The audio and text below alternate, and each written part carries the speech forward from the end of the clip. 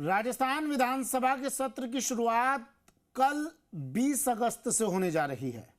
निकाय और पंचायत चुनाव से ठीक पहले शुरू होने जा रहे विधानसभा सत्र के हंगामेदार रहने के आसार हैं। सत्ता पक्ष और विपक्ष के बीच तीखी सियासी तकरार देखने को मिल सकती है। विपक्ष जहां शिक्षा, स्कूलों और चंदा चोरी जैसे मुद्दों को लेकर सरकार को घेरने की तैयारी में है, वहीं सरकार यूसीसी और खेजड़ी संरक्षण जैसे महत्वपूर्ण विधेयक सदन में रखेगी। देखिए ये रिपोर्ट।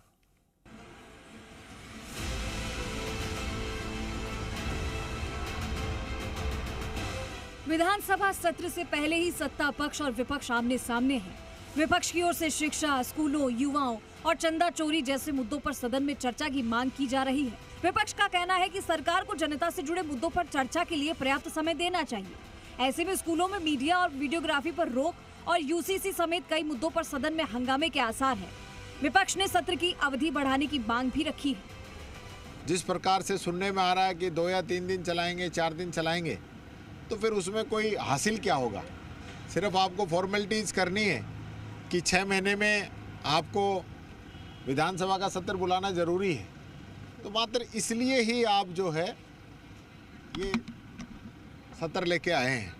जबकि सत्र पिछली बार भी छोटा था, बजट सत्र था वो, और अब की बार मैं सोचता हूँ 15 से 25 दिन के आसपास ये सत्र चले तो प्रदेश की जनता के सभी मुद्दे, सभी इश्यूज यहाँ पे आ पाएंगे और जनता की बात को प्रमुखता से हम उठा पाएंगे। वहीं भजनलाल सरकार की ओर से विधानसभा में यूसीसी और खेजड़ी संरक्षण समेत कई महत्वपूर्ण विधेयक लाए जाएंगे। सरकार का कहना है कि कैबिनेट में मंजूर हुए विधेयक विधानसभा में रखे जाएंगे और उन पर चर्चा होगी। उप मुख्यमंत्री डॉक्टर प्रेमचंद बैरवा ने कहा कि विधानसभा में 2 से 3 बिल आने की संभावना है।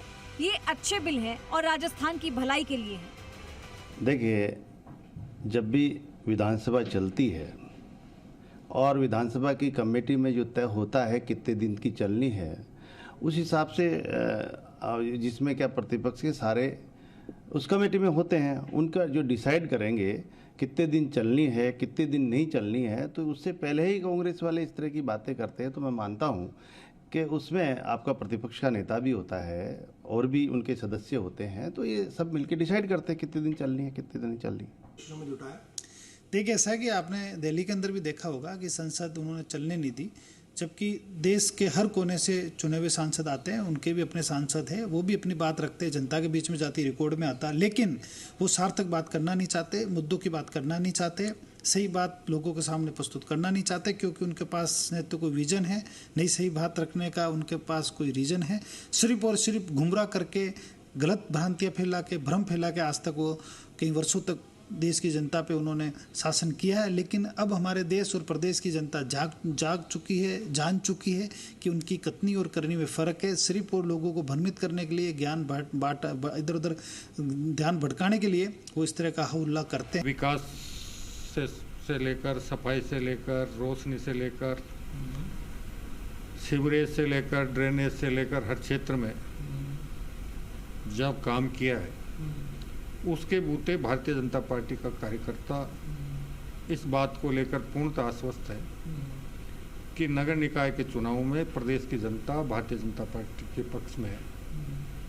शहरी मतदाता पूर्ण बहुमत का जनादेश देंगे और लगभग सभी नगर निकायों में भारतीय जनता पार्टी के वोट बनेंगे। और मैं आपको विश्वास दिलाता हूँ, इस बार जो माहौल है, चाहे वो ग्रामीण क्षेत्र है, चाहे वो शहरी क्षेत्र है, हमारे यशस्वी मुख्यमंत्री भजनलाल जी ने जो विकास के कार्य किए हैं, बजट में जो अनाउंसमेंट हुआ है, बजट अनाउंसमेंट की जो धरातल पर पूर्ति हुई है, क्रियान्वित हुई है, साथ ही साथ जो हमारी पेयजल की योजना अटकी थी, जो पेयजल की योजनाएं हुई है, रोजगार दिया है।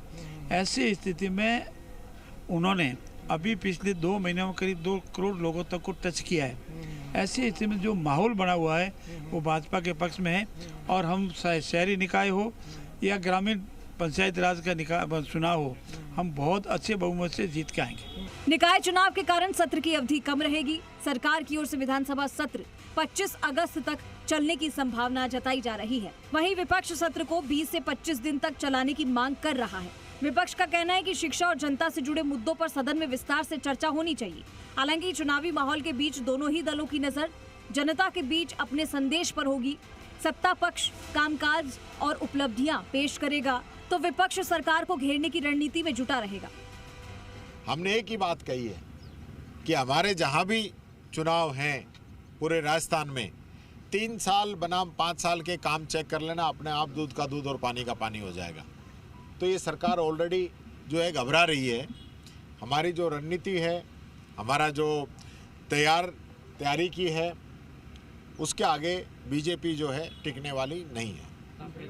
अभी 3 साल इनके हुए हैं, ये तो 1.5 साल बनाम 5 साल कह रहे थे, लेकिन मैंने उसको डबल कर दिया कि 3 साल बनाम 5 साल भी करेंगे जब भी जो है विकास कार्य हमने कराए हैं और हम ही जीतेंगे।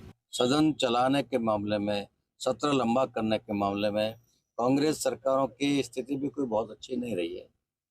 आज तक के इतिहास में हाईएस्ट सदन चला है 32 दिन।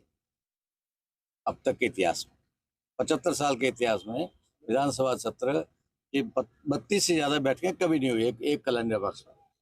तो उनका ट्रैक रिकॉर्ड भी बहुत अच्छा नहीं है। पूरे अब तक का 75 साल का ट्रैक रिकॉर्ड यही है, 30-32 इसी तरह चलता नहीं। जैसा कि हम सब देख रहे पिछले 2.5 वर्षों से राजस्थान के यशस्वी मुख्यमंत्री भजन लाल जी शर्मा साहब लगातार राजस्थान को विकास की ओर अग्रसर कर रहे हैं। नित्य प्रत्येक विधानसभा में 1000-2000 करोड़ की शिलान्यास और उद्घाटन का काम कर रहे हैं। कल जब विधानसभा शुरू होगी तो राजस्थान के प्रतिपक्ष के पास में ऐसे कोई मुद्दे नहीं है जिसको लेकर राजस्थान की सरकार को वो कोई गलत साबित कर सके।